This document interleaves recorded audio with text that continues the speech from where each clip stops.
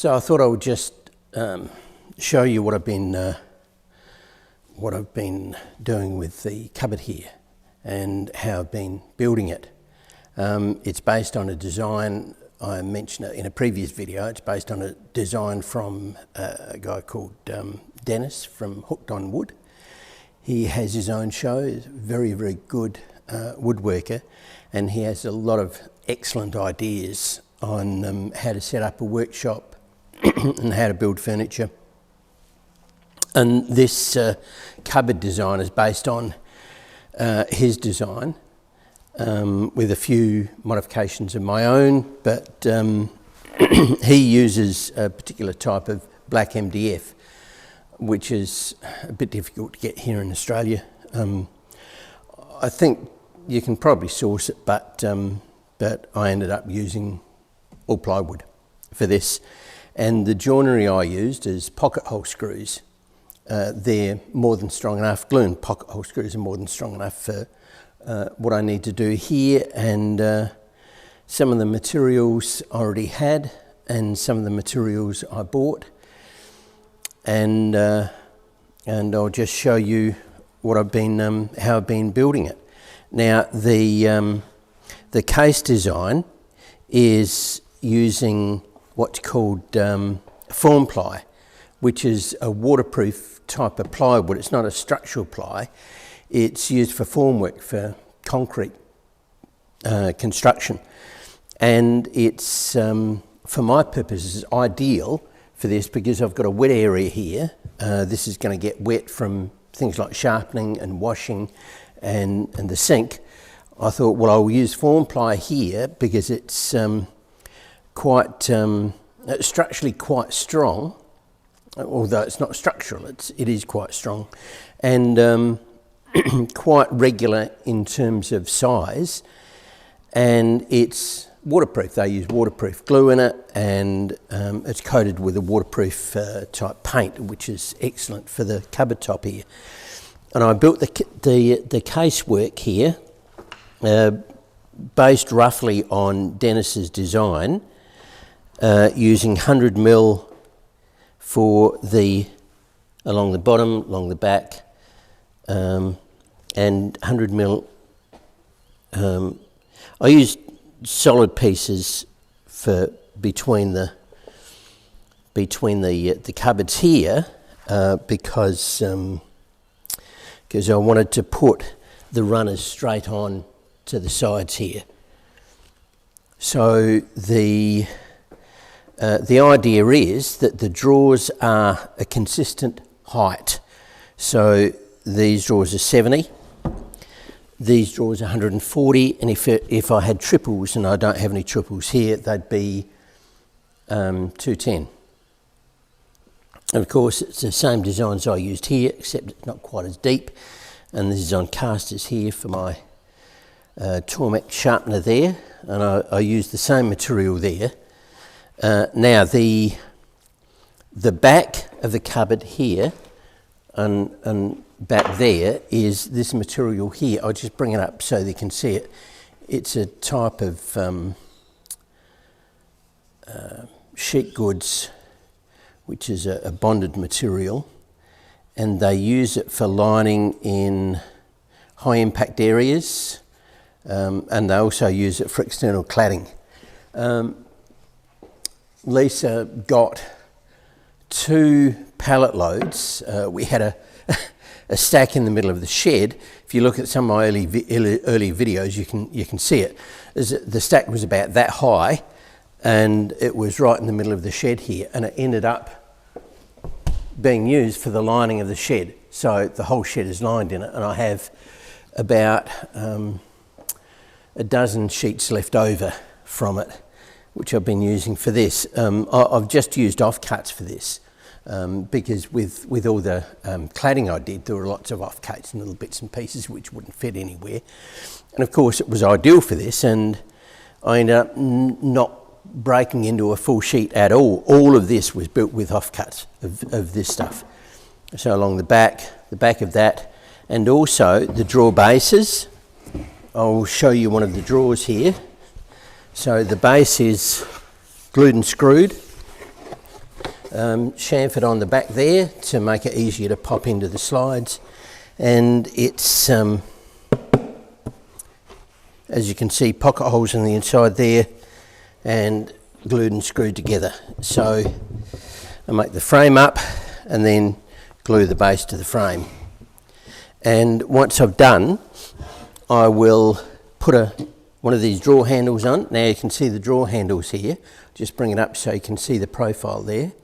And I've rounded it off there, there and there. And it's quite a nice little drawer. This is just made out of scrap. As you can see, it's a couple of pieces glued together just to make up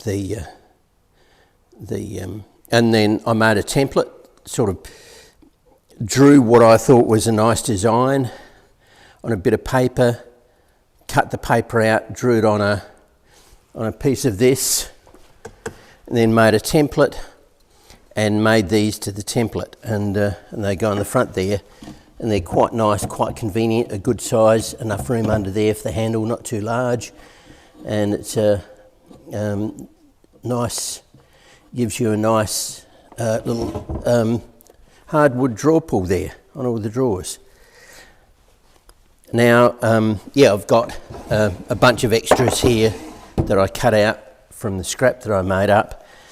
One of the drawers is a bit special. It's this one here, and this hides the sink. So it comes right up the top here. This is made of 3/4 ply. Well, actually it's 18mm ply, which is just under 3/4. 3/4 is 19mm. And I've made a cutout in the back of the base here, so that it goes around the plumbing underneath the sink, and it fits just in there quite nicely, quite neatly, and that'll get a lick of finish. I'll talk about the finish in a minute. And these are shorter drawers. These here. As you can see, they're a bit shorter than the average bear, and they'll have a cutout at the back to go around the plumbing as well. These won't go all the way in. I'll just put a cutout there so that, and then they'll be the basis for these drawers here. So you can see I've yet to put finish on these, but that'll come. Now the finish, I'm using a wiping varnish, and I'm using it's quite a common blend. There are a number of different recipes. It's typically a bit of varnish, bit of linseed oil, and a bit of terps, mineral spirits they call it in the US. And what you do is you mix them up together. Now the proportions are not critical, really. It all depends on the type of finish you want. Some people use a 3-2-1, 3 mineral spirits, 2 varnish and 1 linseed oil. But Christopher Schwarz uses a 1-1-1, where he uses 1 part terps, 1 part linseed oil, 1 part spar varnish. He uses a spar varnish. Not sure why he uses a spar varnish. Spar varnish is a particular type of varnish that has UV inhibitors in it that you can put into the varnish. You can put an inhibitor which blocks UV, and it doesn't prevent the UV breakdown of the fillers within the varnish, but what it will do is it will slow the breakdown of the material from the UV due to the blockers in the UV. Quite often you'll use a dark paint or a which will block the UV, but the spar varnish, it uses a transparent filler to slow the UV breakdown. So that's the main difference with spar varnish. So not sure why he specifies spar varnish, but that's what he does. I mean, I'm using the outdoor varnish because that's what I have. So, and I give it a one coat of the wipe-on varnish. This stuff here, when it hits this, it's quite absorbent and it takes quite a lot to fill it. But I'm doing the edges to give it more protection and the inside to give it more protection because it can be a little bit fragile. If you knock it, it can be fragile, and the varnish gives it more resistance to damage. And so yeah, that's what I'm doing now. I'm sort of tossing up whether to put false fronts on it or not. The handles aren't glued on, they're just screwed on. So I can easily take the handles off, put a false front on, put the handles back in, screw through the false front and put the handles back in. No reason why I can't do that.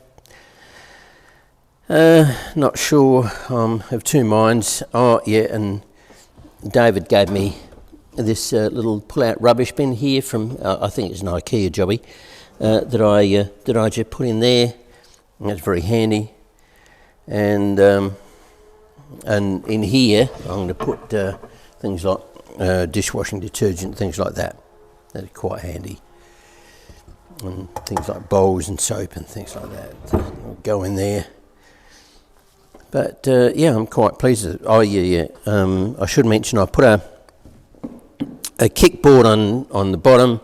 That's 100 high, and I just made up a frame with a kickboard and put horizontals under each of these here, just to give it support, and that's screwed to the back wall, and this whole thing is secured to the back wall. I had to put a few shims in, just to level the whole thing, but this now is perfectly level. As you can see, it doesn't roll at all, just stays where it is. See?